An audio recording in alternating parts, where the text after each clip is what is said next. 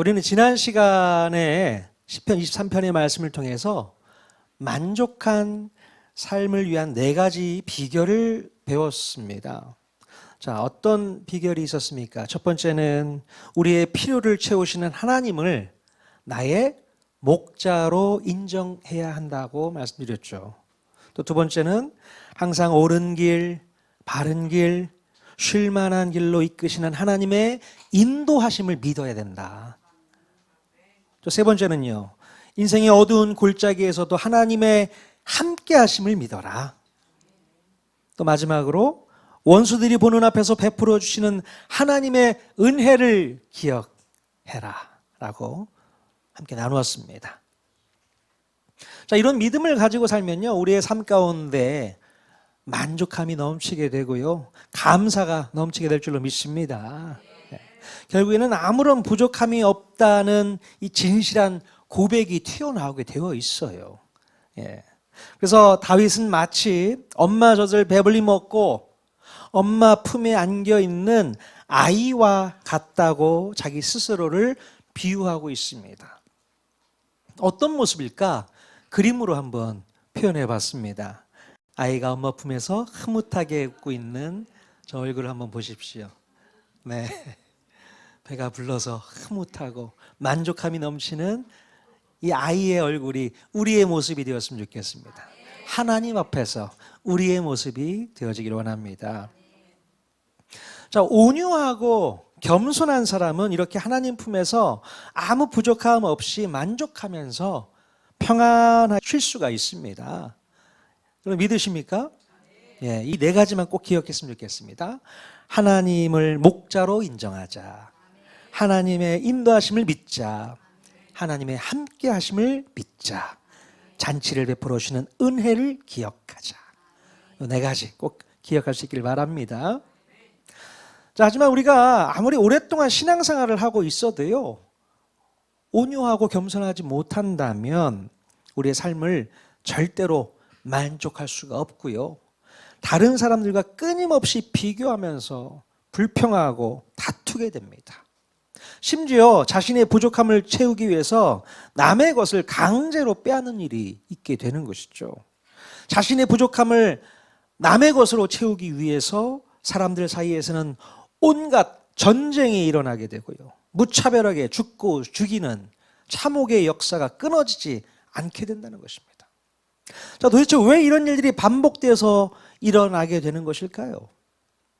바로 태초에 에덴 동산에서 쫓겨난 인간은 진정한 기쁨을 사탄에게 빼앗겨서 갈급한 심령이 되었고, 그 부족을 채우기 위해서 인간적인 방법들을 동원하게 됩니다.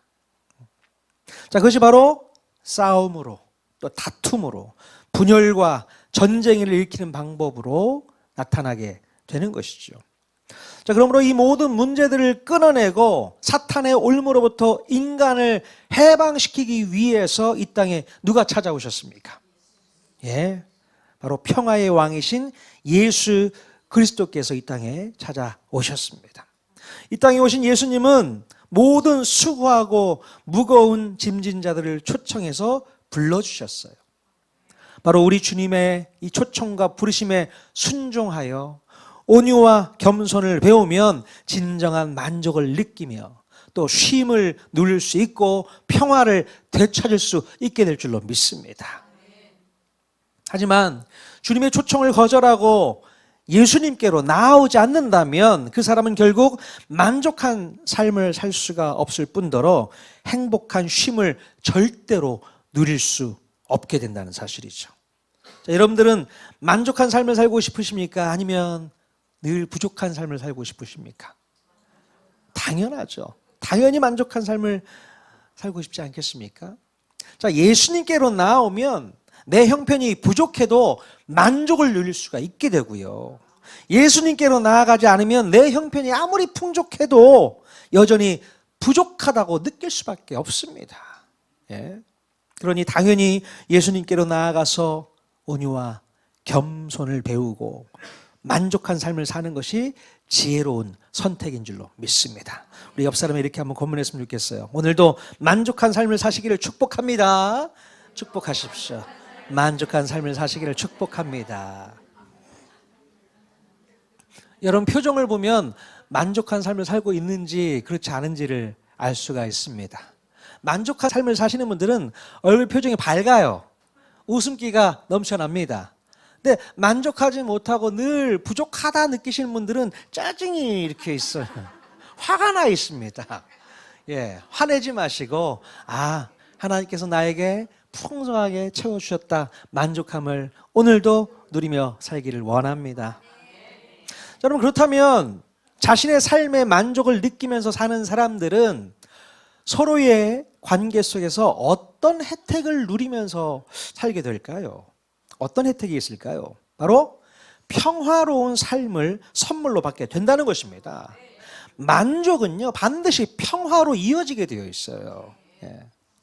내 마음이 주님의 은혜로 채워진 사람은 다른 사람과 경쟁하지 않습니다. 굳이 경쟁할 이유가 없어요. 내 마음이 하나님으로 만족한 사람은 다른 사람을 공격하지도 않습니다.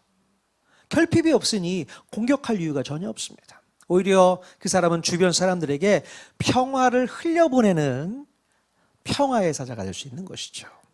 하지만 안타깝게도 이 세상은 수많은 긴장관계 속에서 많이 불안하고 또 다툼과 압제와 고통과 공포 속에서 평안을 느끼지 못하고 살아가고 있는 현실에 처해져 있습니다. 심지어 우리의 가정 안에서도 우리의 교회 안에서도 갈등과 충돌이 끊이지 않고 일어나고 있는 것을 볼 수 있어요. 도대체 왜 그런 것일까? 왜 그런 겁니까? 아마도 평화를 흘려보내는 사람이 적기 때문이 아닐까 싶습니다. 평화를 흘려보내야 되는데 평화를 흘려보내는 사람이 적기 때문에 이런 다툼과 압제와 고통이 계속되고 있는 것이 아닐까 싶습니다. 자, 그러므로 오늘 우리는 우리 안에 만족을 어떻게 평화로 이끌어낼 수 있을지 평화의 왕으로 오신 예수님을 통해서 한번 배워보도록 하겠습니다. 자, 특별히 오늘은 예수님께서 십자가에서 받게 될 고난을 일주일 앞에 두고 예루살렘에 입성하신 때를 기념하는 종려주일이라고 합니다. 종려주일. 자, 왜 종려주일이라고 명칭을 하게 되었냐면 예수님께서 나귀를 타시고 예루살렘에 들어오실 때에 많은 군중들이 예수님을 환영하면서 종려나무 가지를 꺾어서 길에 펴거나 또 손에 흔들었다는 요한복음의 기록에 근거하고 있습니다.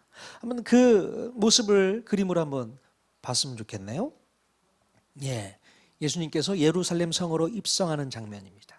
나귀를 타시고 걸어오시는데 많은 이스라엘 백성들이 유대인들이 종려나무 가지를 꺾어서 예수님을 환영하고 있죠. 자, 그런데 왜 하필 다른 나뭇가지들도 많이 있을 텐데 왜 종려나무 가지였을까요? 자, 감람나무 가지도 있었을 것이고 버드나무도 있었을 것이고 성경에 나오는 화석류나무 가지들도 있었을 텐데 왜 하필 종려나무 가지였을까요? 왜 그랬습니까? 자, 당시 고대 근동 문화에서 이 종려나무 가지는요 승리와 번영과 평화를 상징했다고 합니다. 아마도 이 군중들은 예루살렘으로 들어오는 우리 예수님을 로마의 압제 속에 있는 이스라엘 땅에 평화를 가져다 줄 정치적 메시아로서 영접하면서 이 종려나무 가지를 흔들었던 것 같아요. 이분이 바로 우리에게 평화를 가져다 줄 것이다. 승리를 가져다 줄 것이다. 번영을 가져다 줄 것이다 라는 마음의 확신이 있었던 것 같습니다.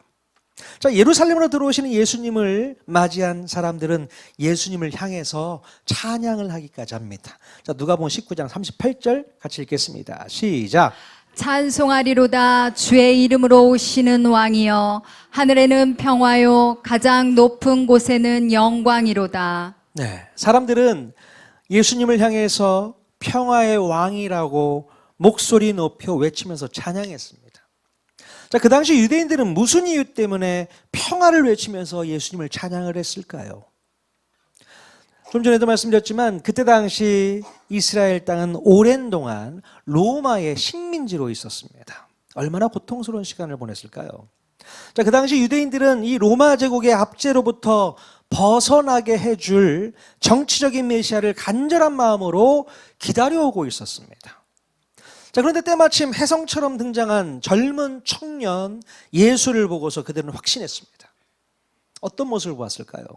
수많은 병자를 고치시고 귀신을 쫓아내시고 또 오병이어로 수많은 사람들을 먹이셨던 기적을 보면서 예수님을 메시아라고 확신했던 것입니다. 자, 정말로 그들의 판단이 맞았을까 틀렸을까요? 예, 그들의 판단은 정확했습니다. 바로 예수님께서는 이스라엘 민족이 오래전부터 기다려왔던 메시아였던 것이죠. 자, 그런데요, 이스라엘 백성들이 예수님을 찬송하면서 기대했던 이 평화와 정작 예수님께서 이루기를 원하셨던 평화의 성격이 너무나도 달랐어요. 예? 그때 당시에 이스라엘 백성들이 원했던 평화는 어떤 평화였을까요? 로마의 압제에서 벗어나게 해주는 정치적인 평화였고요. 또 자신들의 삶을 편안하게 만들어주는 환경적인 평화였던 것입니다. 그들은 아마도 예수님께서 이 놀라운 능력을 발휘해서 로마 제국을 전복시키고 새롭게 독립하게 될 새 이스라엘을 꿈꾸면서 예수님을 환영하고 있었는지도 모르겠습니다. 야, 이 예수님을 등에 업고 우리가 저 로마로 향해 달려가자. 저 로마를 전복시키고 우리가 새롭게 독립하자. 이런 큰 꿈을 꾸지 않았을까 생각을 해보게 됩니다. 하지만 정작 우리 예수님께서는 무엇을 이루기를 원하셨을까요? 예수님께서 이루기를 원하셨던 평화는 어떤 모습일까? 자, 요한복음 14장 27절 말씀 같이 읽겠습니다. 시작. 평안을 너희에게 끼치노니 곧 나의 평안을 너희에게 주노라. 내가 너희에게 주는 것은 세상이 주는 것과 같지 아니하니라. 예. 우리 예수님께서 주시고자 했던 평화의 성격이 무엇이었을까요?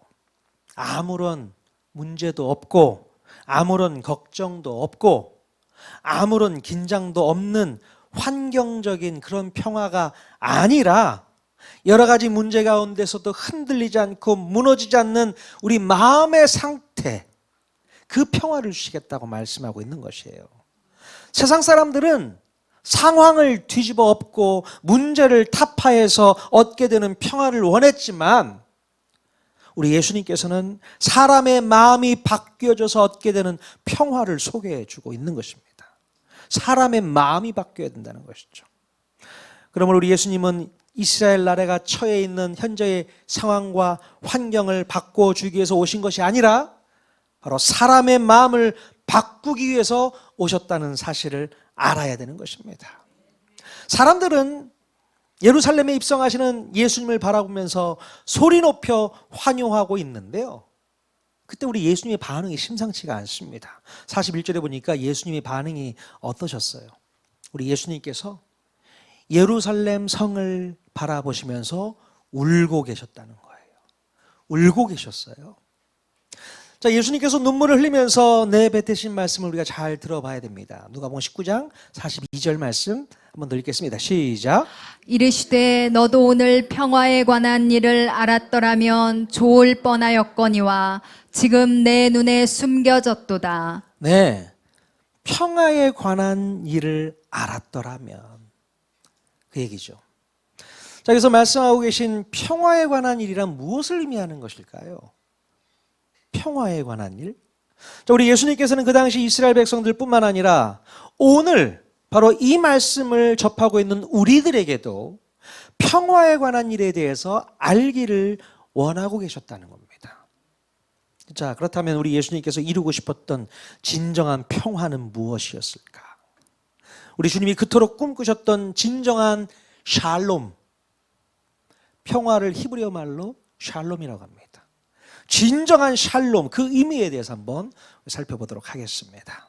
자, 첫 번째, 우리 주님이 꿈꾸셨던 진정한 평화는 바로 하나님과 인간 사이의 관계 회복이었습니다. 하나님과 인간 사이의 관계 회복이 주님께서 꿈꾸셨던 평화의 모습입니다.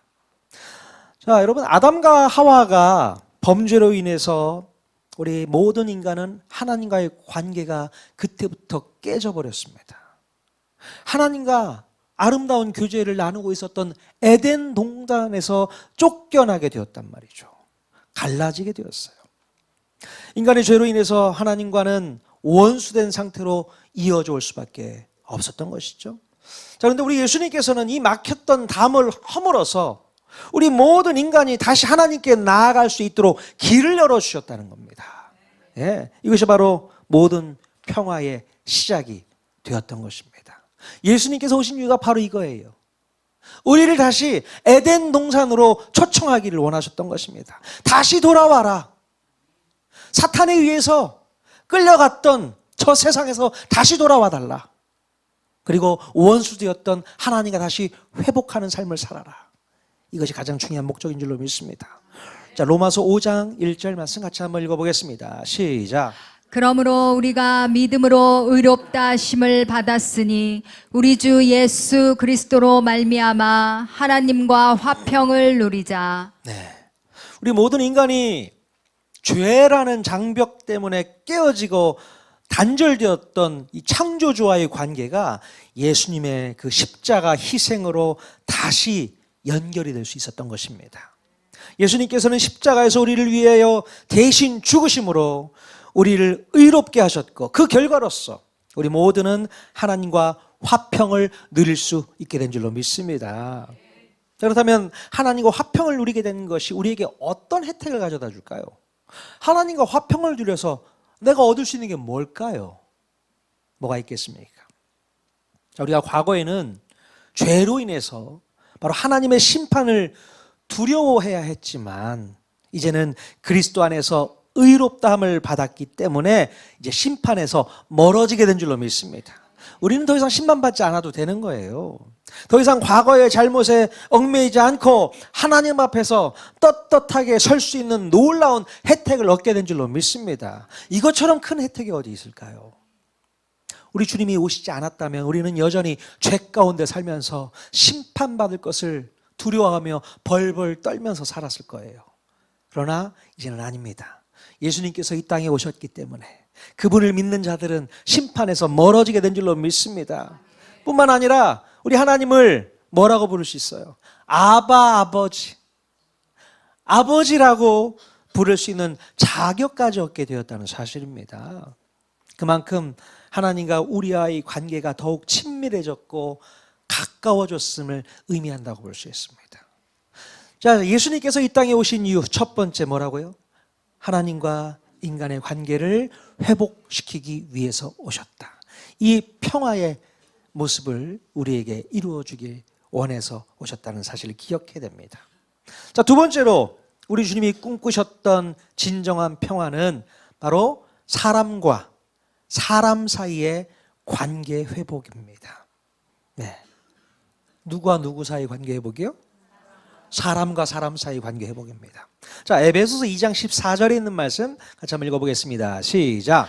그는 우리의 화평이신지라 둘로 하나를 만드사 원수된 것 곧 중간에 막힌 담을 자기 육체로 허시고. 네. 자, 예수님께서는 모든 인종과 계급과 성별의 벽을 허무시고 온 인류가 하나 될 수 있는 기초를 놓아주신 것입니다. 예수님은 서로 미워하고 차별하던 사람들을 복음으로 통일하시고요, 우리의 원수까지도 그리스도 안에서 한 형제로 받아들이는 길을 열어주시게 되었습니다. 우리 인간들 사이를 가로막는 담이 생겼던 가장 큰 이유가 무엇이었을까요? 인간과 인간 사이에 그 담을 가로막았던 그 담이 무슨 이유 때문에 생겼을까? 가만 생각해 보면요, 내가 너보다 낫다, 자기 의로움 때문이 아니었을까 싶습니다. 이것이 바로 인간의 교만인 것이죠. 내가 너보다 나아, 이런 마음이 있는 한, 우리의 마음 가운데 이 교만이 있는 한 인간과 인간 사이에는 담이 그대로 존재할 수밖에 없어요. 하지만 율법은 뭐라고 얘기합니까? 모든 사람이 죄를 범하였음에 하나님의 영광에 이르지 못했다고 선언하고 있어요. 모든 인간이 다 그렇다는 거예요. 다 죄를 범했다는 거예요. 똑같다는 겁니다. 누구 잘나고 누구 못나고가 아니라 다 똑같이 죄를 범했다. 그래서 하나님의 영광에 이르지 못했다고 선언하고 있어요. 즉 십자가 앞에서는 부한 자나 가난한 자나 잘 배웠거나 못 배웠거나 나이가 많으나 나이가 적으나 모두 똑같이 구원이 절실한 죄인들 뿐이라는 사실입니다. 다 죄인이라는 거예요. 그러므로 내가 복음 안에서 상대방보다 나을 것이 없다는 사실을 깨닫는 순간에 상대를 무시하던 이 교만의 담이 무너져 내리고 관계를 회복할 수 있게 된다고 말씀하고 있는 것입니다. 교만할 이유가 없다는 거죠. 너도 똑같아. 너도 똑같아. 너도 죄인이야. 너도 죄인이잖아. 우리가 뭐 남들에게 드러낼 게 뭐가 있겠습니까? 똑같아요. 또이또입니다. 거기서 거의. 남들보다 내가 너보다 잘해. 수준이 내가 너보다 높지. 천만의 말씀이에요. 우리 주님 보실 때는 똑같습니다. 모든 사람이 다 죄를 범하였음에 하나님의 영광에 이르지 못한다고 말씀하고 있어요. 자, 그러나 내가 복음 안에서 그들보다 나을 것이 없다라는 것을 깨닫는 그 순간에 이제 교만이 깨어지게 될 줄로 믿습니다. 그것이 깨어지면 관계는 회복되게 되는 것입니다. 근데 이 교만이 깨어지지 않으면 관계 회복은 어려워요. 자, 에베소서 2장 15절 말씀 같이 한번 읽어보겠습니다. 시작. 법조문으로 된 계명의 율법을 폐하셨으니 이는 이 둘로 자기 안에서 한 새 사람을 지어 화평하게 하시고. 예. 이렇게 이제 예수님의 십자가 복음은요, 우리들로 하여금 새로운 정체성을 지닌 새 사람을 만들어 화평을 이루게 하셨다라고 말씀하고 있습니다. 새 사람을 만들어내셨다는 거예요. 예수 그리스도의 복음은 새 사람을 만들어내셨다. 저는 그것을 그리스도인이라고 생각합니다. 그리스도인. 예를 들면 혈연, 지연, 학연, 좌파, 우파, 또 진보, 보수, 그런 각각의 정체성보다도 예수 그리스도의 피로 맺어진 가족이 되었기 때문에 모든 막힌 담이 무너질 수 있게 되었다는 사실입니다. 우리를 막고 있는 게 있을 수가 없다는 얘기예요. 그래서 원래 인간의 의지만으로는 원수를 사랑하기가 어렵지만 바로 예수 그리스도의 복음은 내가 하나님께 받은 1만 달란트의 빚 탕감을 기억하게 함으로써 타인을 용서할 수 있는 동력을 제공해 주게 되는 줄로 믿습니다. 모든 것이 다 용서가 될 수밖에 없는 것이죠. 왜요? 우리가 십자가의 공로로 우리의 모든 죄가 용서함 받았기 때문에 그렇습니다. 그러니 내가 용서하지 못할 이유가 전혀 없는 것이죠. 자, 그 마음을 가지고 우리가 상대방과 서로 회복하고 화해하고 화평을 누려야 될 줄로 믿습니다. 주님께서 이 땅에 오신 이유가 바로 그 목적이었거든요. 사람과 사람 사이에 깨어진 그 관계를 회복시키러 이 땅에 오신 줄로 믿습니다. 우리 고난 주간에 서로 관계가 틀어졌거나 깨어진 관계가 있다면 다시 한번 돌아보시고 그 관계를 회복하는 시간이 되었으면 좋겠습니다. 그것을 하나님께서 원하시는 것이 아닐까요? 십자가를 묵상하는 게 뭡니까? 예수 그리스도의 십자가를 묵상만 하고 있으면 뭐합니까? 아무 의미가 없어요. 생각하고 있으면 뭐합니까? 주님이 원하시는 것, 주님이 기뻐하시는 것, 그것을 위해서 시간을 쓰고 헌신해야 되지 않을까요? 관계가 틀어졌다면 그 관계를 다시 바로잡기 위해서 예수 그리스도를 앞에 내세우고 회복하실 수 있기를 원합니다. 화해할 수 있기를 바랍니다. 평화를 이룰 수 있기를 원합니다. 자, 세 번째로 우리 주님이 꿈꾸셨던 진정한 평화는 세상이 줄 수 없는 내면의 평안을 의미했습니다. 자, 요한복음 14장 27절 말씀 같이 읽어보겠습니다. 시작. 평안을 너희에게 끼치노니 곧 나의 평안을 너희에게 주노라. 내가 너희에게 주는 것은 세상이 주는 것과 같지 아니하니라. 너희는 마음에 근심하지도 말고 두려워하지도 말라. 자, 우리 예수님께서는 상황이나 환경에 휘둘리지 않는 독특한 평안을 약속해 주셨습니다. 폭풍 속에서도 잠잠하고 고요할 수 있는 뿌리 깊은 평안함을 주신다 말씀하고 있어요. 세상이 주는 평안은요, 돈이 있거나 몸이 건강할 때만 유지될 수 있는 조건부적인 평화이지만 우리 예수님이 주시는 평화는 그 어떤 고난 속에서도 사라지지 않는 소망과 확신에서 오는 평화라는 사실을 기억할 수 있기를 원합니다. 달라요. 차원이 다릅니다. 자, 그렇다면 우리 내면의 평안함은 어떻게 이루어질 수 있을까요? 보통 우리 마음 가운데 가장 큰 불안은 내가 내 삶을 완벽하게 통제해야 한다는 강박 때문에 생겨나게 되는데, 우리는 미래를 알 수 없기 때문에 늘 불안해할 수밖에 없어요. 불안하죠. 나의 미래는 어떻게 될까? 나의 노후는 어떻게 될까? 늘 걱정할 수밖에 없습니다. 하지만 내가 쥐고 있던 삶의 운전대를 하나님께 맡겨드리는 신뢰가 생길 때에 비로소 우리 내면의 폭풍이 잦아들게 될 줄로 믿습니다. 운전대 내려놓으세요. 그 운전대를 누구에게 맡겨야 됩니까? 우리 주님께 맡기십시오. 내가 운전을 하려고 하면 걱정을 하게 되고 염려를 하게 되고 어디로 가야 될지 모르지만 주님께 운전대 맡기면 우리는 편합니다. 요즘에 자율주행 유행하지 않습니까? 주님께 맡기고 자율주행 하시면 돼요. 평안하게 쉬면서 나아가면 될 줄로 믿습니다. 그래서 빌립보서 4장 6, 7절에 이런 말씀이 있습니다. 또 한번 읽어볼까요? 시작. 아무것도 염려하지 말고 다만 모든 일에 기도와 간구로 너희 구할 것을 감사함으로 하나님께 아뢰라. 그리하면 모든 지각에 뛰어난 하나님의 평강이 그리스도 예수 안에서 너희 마음과 생각을 지키시리라. 아멘. 내 지각, 나의 이해력을 뛰어넘는 하나님의 평강이 우리 마음과 생각을 지켜주신다고 말씀하고 있습니다. 언제요? 우리가 아무것도 염려하지 않고 기도와 간구로 감사함으로 하나님께 아랠 때에 우리 마음 가운데 하나님의 평강을 넣어주신다 말씀하고 있습니다. 우리의 생각을 뛰어넘어요.